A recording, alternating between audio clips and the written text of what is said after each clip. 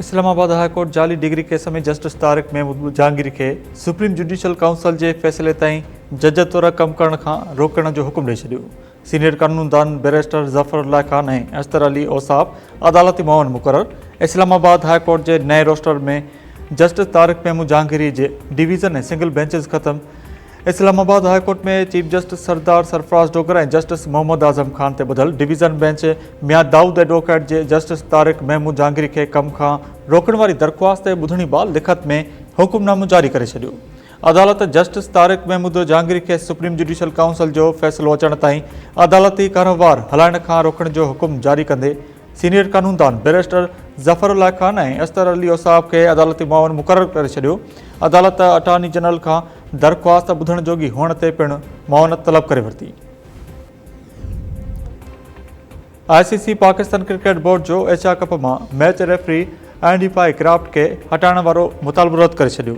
ज़रन मूजिब ICC Pakistan cricket board के match referee बाबत मुतालबे के रद्द करण जो बोर्ड के बाज़ाब्ता तौर आगाह करे छॾियो। जंहिंखां पोइ PCB तरफ़ां मुस्तक़बिल जे लाइ अमल लाइ हुकूमत सां मुशावरत जो इम्कान है। ज़रन जो चवणु है त PCB चेयरमैन मोहसिन नकवी के अहम हुकूमती मेंबर से अॼु मुशावरत जो इम्कान है। PCB पाक भारत मैच जे रेफरी के हटाइण वारे मुतालबे ते ICC के फैसले ते जल्द पंहिंजो मौक़िफ़ ॾींदो। ज़रन मूजिब एशिया कप के हवाले से PCB जल्द फैसलो कंदो ऐं ईंदड़ कुछ कलाकनि में बोर्ड एशिया कप बाबत पंहिंजो मौक़िफ़ पेश कंदो।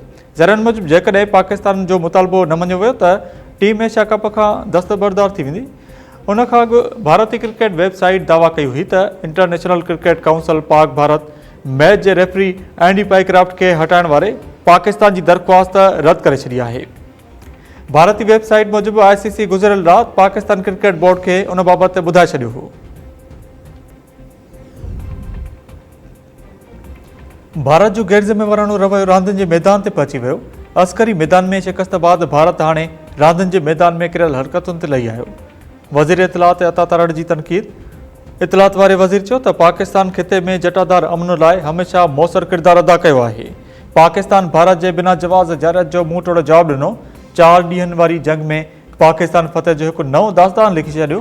पाकिस्तान भारत जे गुमराह कन प्रोपेगेंडा के बेनकाब कयो। पाकिस्तान के भरपूर जवाब ते भारत जंगबंदी की दरख्वास्त कई। नायब वज़ीर आज़म ऐं परॾेही वज़ीर इसहाक़ डार चयो आहे त पाकिस्तान जोहरी ताक़त आहे।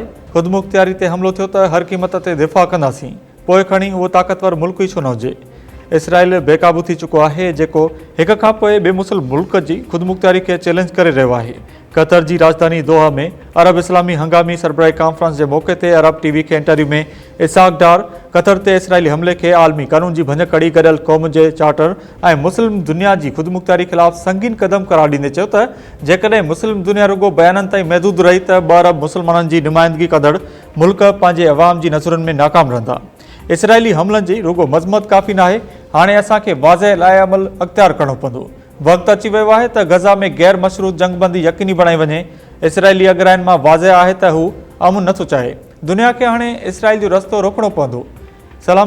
सलामती काउंसिल में सुधारा आणणु घुरिजनि। पाकिस्तान एटमी ताक़त तौर मुस्लिम उम्मत सां गॾु बीठल आहे।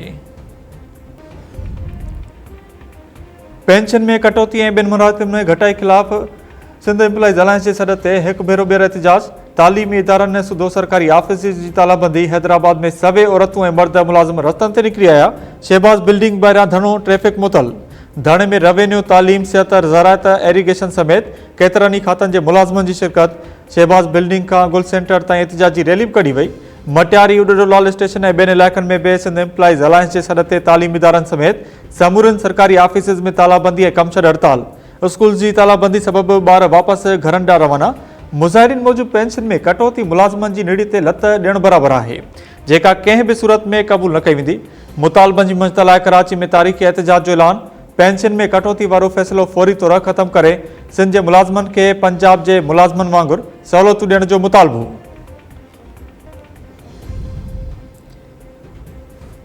दोदापुर भरिसां क़बीलाई तकरार ॿिनि सगन भाइरनि जी हयाती गिड़काए वियो। मोहम्मदपुर वारे इलाइक़े में सनाणी जखराणी ऐं सेवाणी जखराणी धुरियुनि में पुराणो तकरार ॿीहर भड़की पियो। हथियारबंदनि जी फायरिंग में शरफुद्दीन सनाणी जखराणी ऐं संदसि भाउ ज़ाकिर अली मारिजी विया। पुलिस मूजिब संगावती मामले तां सोराब सनाणी ऐं कैवड़ो उर्फ़ केलो सेवाणी धुरन में तकरार हलंदड़ आहे। मारिजी वियल 2 भाइरनि जा लाश पोस्टमार्टम बाद वारसनि वाले घरनि में मातम भरपा। सैदी मूसाणी वटे सिंधु दरिया में 4 सबब ज़मींदारी बंद टुटण लगा। 3 हंधनि तां टुटी पियो। ॻोठ ॿुॾण जो ख़तरो। 9 ॻोठ भरिसां सिंधु दरिया में गैरमामूली 4 सबब 2-2 कलोड़ो। जाड़ो कलोड़ो ऐं रियाज़ सियाल वटां ठहियल ज़मींदारी बंद टुटी पिया। पाणी तेज़ी सां तिरनि जा फसल ॿोड़ींदो ॻोठनि ॾांहुं वधणु लॻो। इतला बावजूद आपाशी अमलो न पतो। ॻोठ ऐं सूबो मक्सीस यूसिस जा केतिरा ई ॻोठ ॿुॾण जो ख़तरो। बंद टुटण सबब ज़मींदारनि पके खातिरनि जे लाबारे लाइ मज़दूर घुराए लाबारो शुरू कराए छॾियो।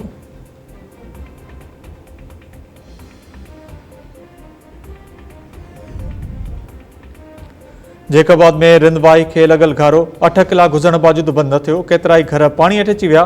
बिलावल टाउन वासियुनि जो आपाशी इंतज़ामिया ख़िलाफ़ एहतिजाजी मुज़ाहिरो ऐं धरणो। आपाशी अमलो 8 कलाक गुज़रण बावजूद घारो बंदि करणु न पतो। इलाइक़े वासी पंहिंजी मदद पाण तत घारो बंदि करण जी कोशिशुनि में रुधल।